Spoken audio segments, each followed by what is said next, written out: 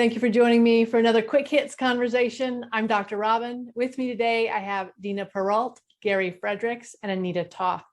The question I want to ask, a choice turned out badly. How do you avoid agonizing over the unchosen options that might have been better? Anita, kick us off. So I have a doozy. I was thinking about this. There was a choice I made several years ago when I was much younger to allow a friend to move into my house because he didn't have anywhere else to go. He was down on his luck. Bad choice because it took 9 months for him to move out. It was supposed to be temporary, 3 weeks till I get on my feet, that kind of thing. And one of the biggest challenges I had, of course, was not looking at all the other options that maybe I could have helped him out with before I opened my home and invited him to live with me. And I agonized over this, berated myself, treated him poorly as a result, hoping that maybe I could drive him out. Unfortunately, none of those worked. And I had to get to a point and realize that, well, this is a decision I made and I cannot force him out. I checked with the police and everything else and just how the arrangement was. It was very difficult for me. So I had to just learn to accept that I made the best decision I could at that time with the right amount of information that I had. And that if I had had more information, I definitely would have made a different decision. And essentially, it's like forgiving yourself, right? Like, I think that's what it came down to. And for actually several years after, I had to continue to remind myself over and over again that I had made the best decision for that period of time. I was graduating from film school at Temple University, and I was getting engaged to be married. And the jobs that I could get in the entertainment industry were all per diem jobs, which means you got paid per week. You're working for a show, no benefits. If the show got canceled, you got canceled. So I decided to look for something a little more benefits and things like that, more stable. And I went to work on Wall Street, went through a management training program, hated every minute of it. About 4 weeks into the management training program, the engagement broke off. And here I am in an industry I don't want to be in, doing work I don't want to do. 20 years I spent there. A very successful 20 years, actually, because of my view and how I listened and communicated and learned how to do all that in film school. I was able to make a big difference and be an innovator on Wall Street. So it was an expensive 20 years, but I wouldn't change it for the world. I learned quickly that you just got to kind of look at the future and march on. So I don't think about that very often, but every once in a while it comes up in a story when I'm talking to a student or something about their career and what's going to happen.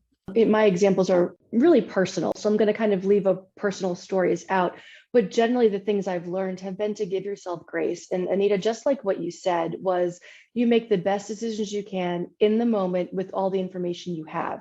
So giving yourself grace to accept that I'm a pretty smart person and I generally do make very good choices.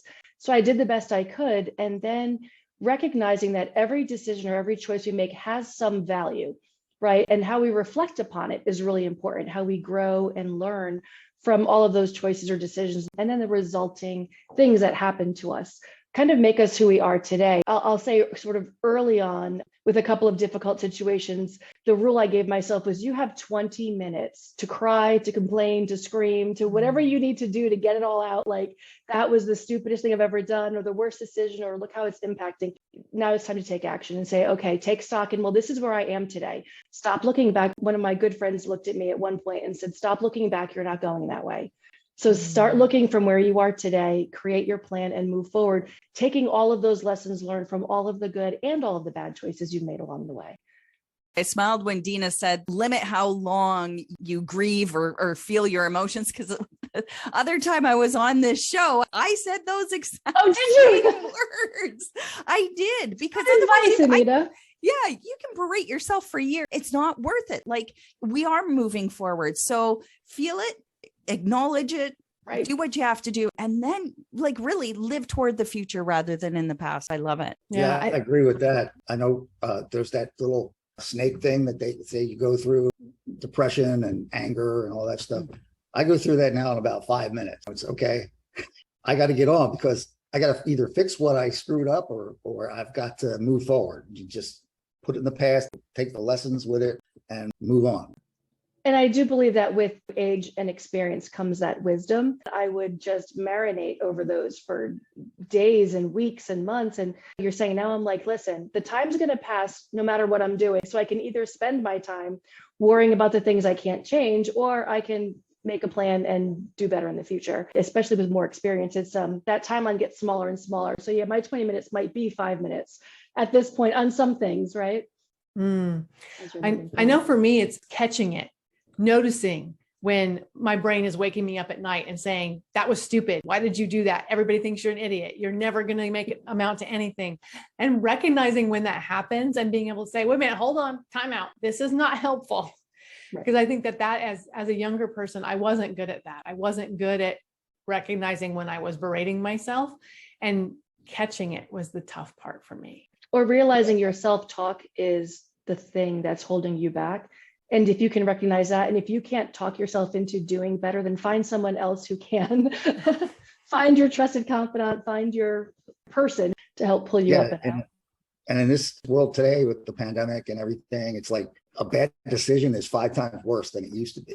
Honestly, I have friends around me, family, that we actually talk each other off the ledge a lot. So that's good. But I would recommend, if you don't have somebody like that, go see a therapist, because you need somebody to talk to about these things. But 65 years I've been screwing up. 65 years I've been getting back on the horse. So it's getting easier for me. Yeah, absolutely. So what I'm hearing is that in our age, we've learned, first of all, notice that you're doing it. Second of all, take your time, like be mad, be whatever, take that emotion, feel it. Because if you push it down, it's just going to keep bubbling back up.